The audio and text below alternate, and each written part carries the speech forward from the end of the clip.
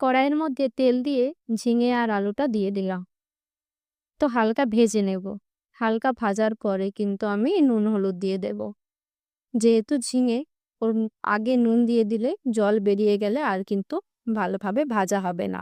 সেই জন্য আমি হালকা ভাজা হয়ে যাওয়ার পরে নুন হলুদটা দিয়েছিলাম। তো তারপরে দেখো আমার ভালোভাবে ভাজা হয়ে গেছে। এরপরে কিন্তু আমি বেটে রাখা সর্ষে, পোস্ত আর শুকনো লঙ্কা দিয়ে দেব। মশলাটা দেওয়ার পরে কিন্তু আবারও আমি নেড়ে চেড়ে নেব। তারপরে পরিমাণ মতো জল দিয়ে দেব। তো খুব বেশি দেব না জল, অল্প পরিমাণেই জল দিয়ে দেব। তো দেখো আমি কিন্তু জল দিয়ে দিলাম। এরপরে আমি 5 মিনিটের জন্য ঢাকনা দিয়ে ঢেকে দেব। আর পরে অল্প পরিমাণে চিনি দিয়েছিলাম। 5 মিনিট পরে দেখো আমার রেসিপিটা রেডি হয়ে গেছে। তো কেমন লাগলো অবশ্যই কমেন্টে জানিও। ভালো লাগলে লাইক, কমেন্ট, শেয়ার করে দিও।